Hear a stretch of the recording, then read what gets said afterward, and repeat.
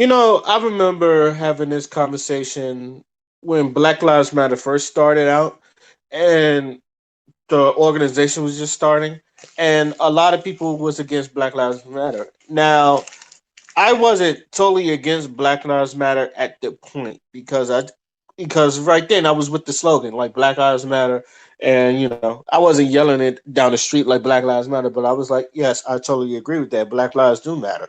Now, my my thing was, and I got into the argument with this with one of my peoples, and it was,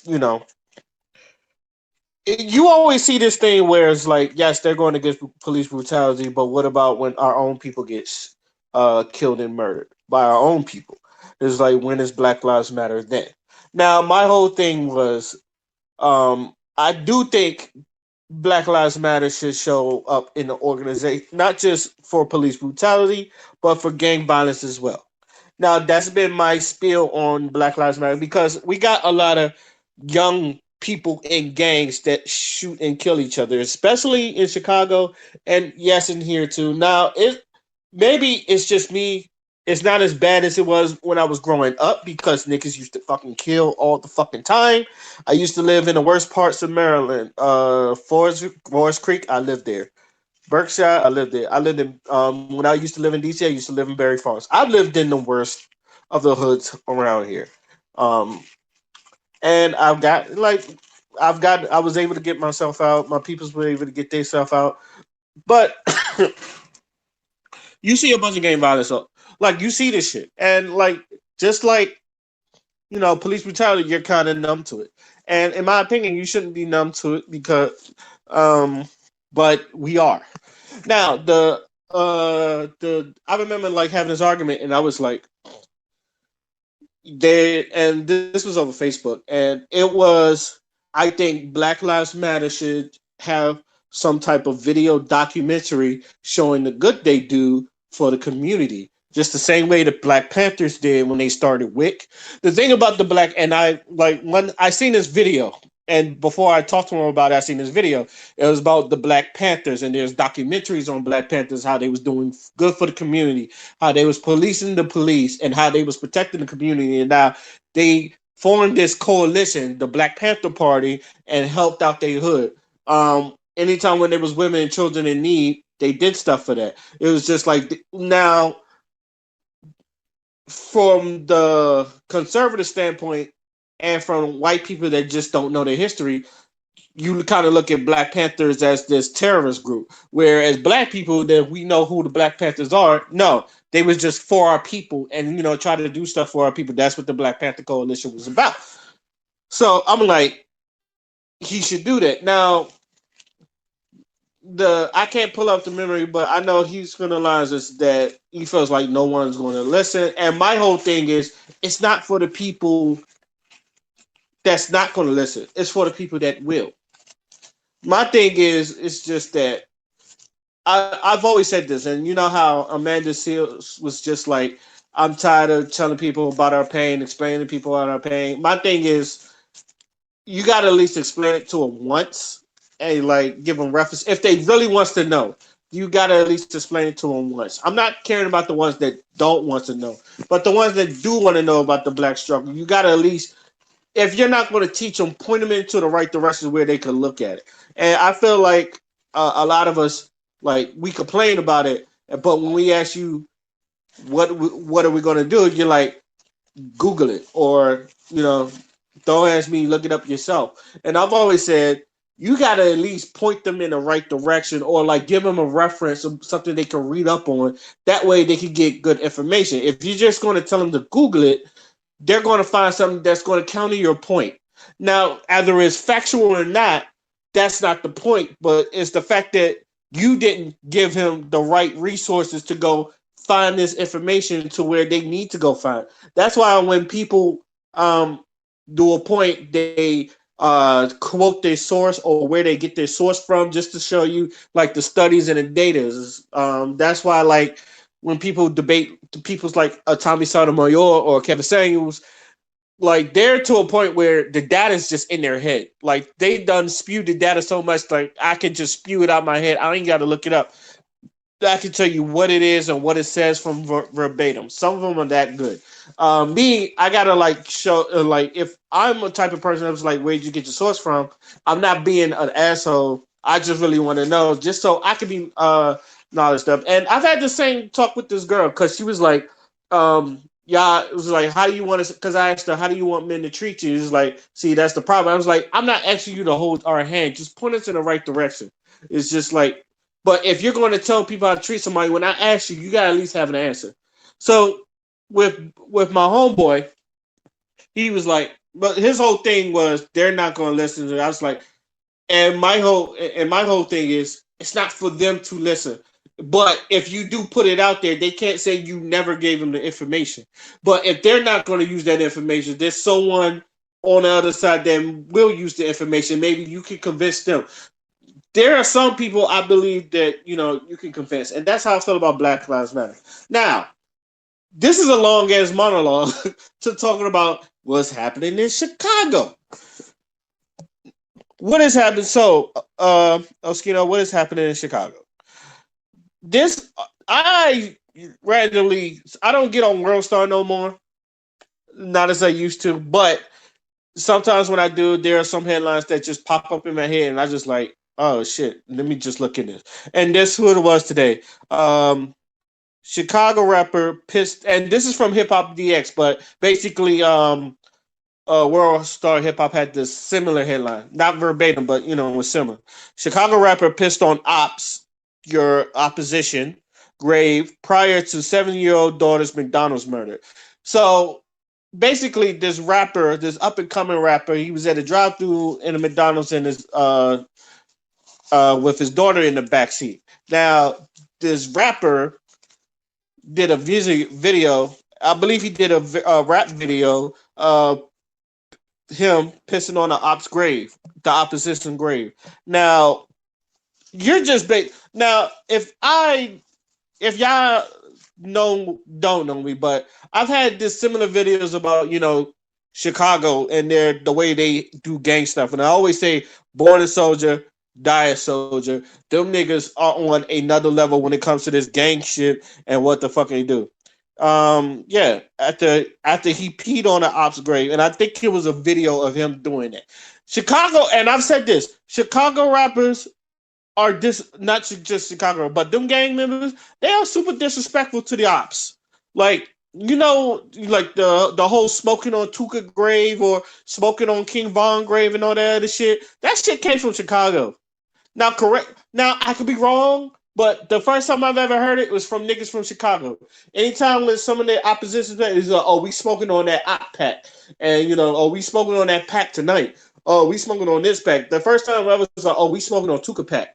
So where I know where it came from, it came from Chicago. Now, if it came from someone else, I would like to be corrected. But just so you know, it came from Chicago, and it's just like he basically happened was he pissed on an op's grave, and to me, to me when I think of this, there was a similar video where a rapper in DC from where I'm from, like he did this rap video of a op who was already dead, and he did a music video of disrespecting his grave, and they shot that nigga, and like he's dead now. So it's just like play stupid games, win stupid prizes, basically. Now, according to Hip Hop DX, a Chicago rapper named Jonte Adams, who was part of the duo Tilla and Bully Bino, is reportedly feeling the repercussions of his alleged gang lifestyle. According to the association, 29-year-old Adams was intended target of a shooting at a local McDonald's drive-thru, but instead the suspects wound up fatally shooting his 7-year-old daughter, Jaslyn. Witnesses at the scene say a vehicle pulled up in the to Adams' gray Infiniti. 2 men hopped out, start obliterating the car with bullets. 6 bullets struck the little girl while another hit Adams in the stomach. Both were rushed to the John Struger Hospital, but Jackson didn't survive. In a video posted on the End of Sentence YouTube channel, the host claims Adams, also known as Ridgeway Tiller, was affiliated with the Vice Lords from the 600 blocks of Ridgeway Avenue 600. uh, on Chicago's South Side. Court records stated that Adams was arrested in 2012 and twice in 2013 on the suspicion of manufacturing and dealing heroin. Damn. The day before Jocelyn was killed, he tweeted, "Ops probably downstairs waiting on me," indicating like he knew he was being hunted. In another YouTube video, Adams and Beanos are allegedly seen pissing and literally defecating on Ops' graves, possibly fueling the flames that led to Jocelyn's death. Following Justin's death, Adams defended his parenting Facebook, writing, "I never did anything but show her how a man's supposed to a woman. Anything she asked, she basically get. I don't give a fuck why y'all think because y'all ignorant. I taught how to use the bathroom, brush the teeth, all that. Nothing but smiles when we together. I know my mistakes I made out here, but I already blame myself. So y'all trying to do it not gonna work." All right, I'm gonna stop right there. So this is what now bring it back to the whole thing, but this is what I'm not going to say where's Black Lives Matter, but this is why the liberal media always go, "Where's Black Lives Matter?" Now, I'm not going to be the people who's going to be like, "Where's Black Lives Matter when you need it?" Because let's be real, the liberals, I'm sorry, the conservative people who says this shit will never step foot in Southside Chicago, will never, do something about the gun violence. They'll say, "Oh, I'm just trying to bring alert to it." But you're never going to fucking go there and solve the problem. You're just going to talk about it and then just go in your safe ass house. Because you know, if you step foot in Chicago, them niggas is going to gun you down. Now, I'm pretty sure there's going to be other media people that's going to be doing this. It's just like, "Where's Black Lives Matter? Where's Black Lives Matter?" You see this shit, but it's like, and none of y'all is going to step foot in Chicago and do something with it. Now I don't see already like news reports, just activists already saying like these people need to be these people need to be brought up to justice, community activists, and I feel sorry for them because I feel like with Chicago, I think, in my opinion, I think people never going to fix the problems that is in Chicago. I've always said this: Chicago have been having gangs lifestyle since the antebellum era. There's been gangs since then. It's damn near culture. Al Capone is damn near celebrated in fucking Chicago, and he was a gangster. All right, that gangster lifestyle has been around for centuries, literal centuries. All right, I don't think it's ever going to. To me, I don't think it's ever going to fucking change. I literally don't think it's ever going to fucking change. So I'm not going to say niggas in Chicago are lowest cost. Maybe like in one day, people going to be, you know what, this shit is stupid. We need to be stopped. And like maybe one day like the GDs and BDs are gonna and people at 600 or the people 600 block or the 300 block or whatever. Like I don't know the Chicago streets like that, but maybe like they see shit like this.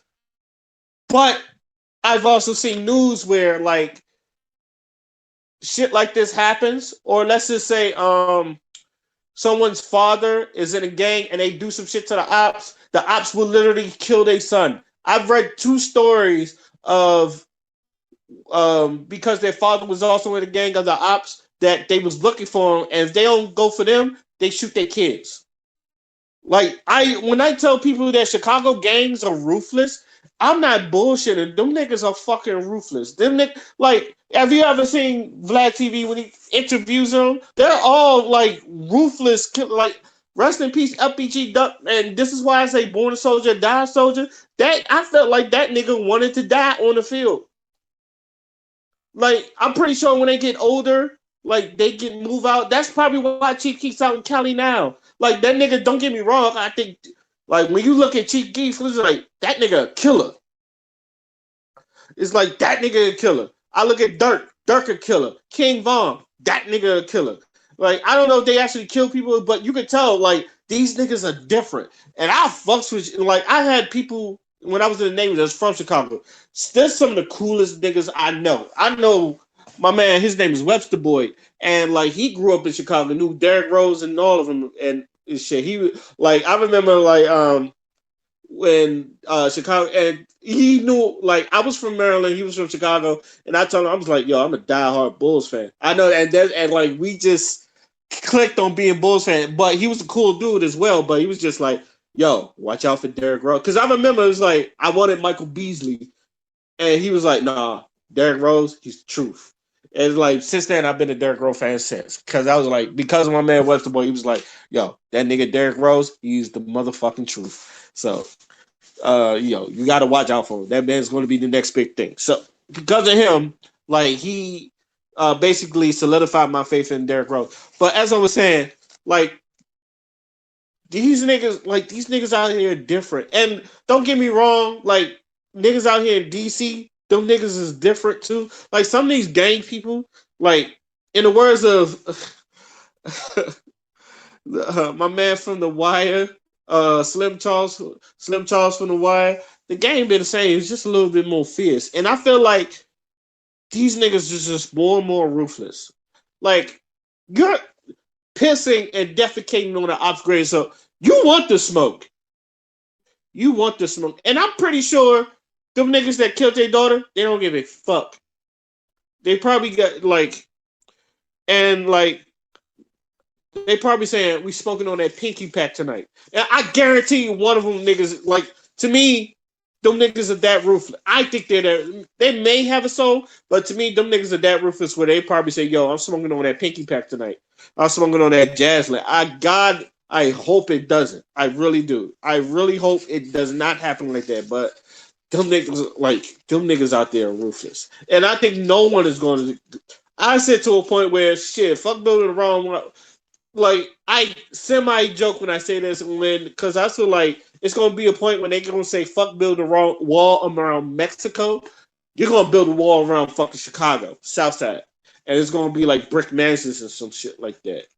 But my thing is, I'm not going to say where's Black Lives Matter, but I do wish when it comes to shit like this, and this is why I say I feel like Black Lives Matter should be involved. And the reason why I say this is because when someone comes at them, my whole thing was when someone comes at them, it was like, oh, where's Black Lives Matter? It's like we already got people on it.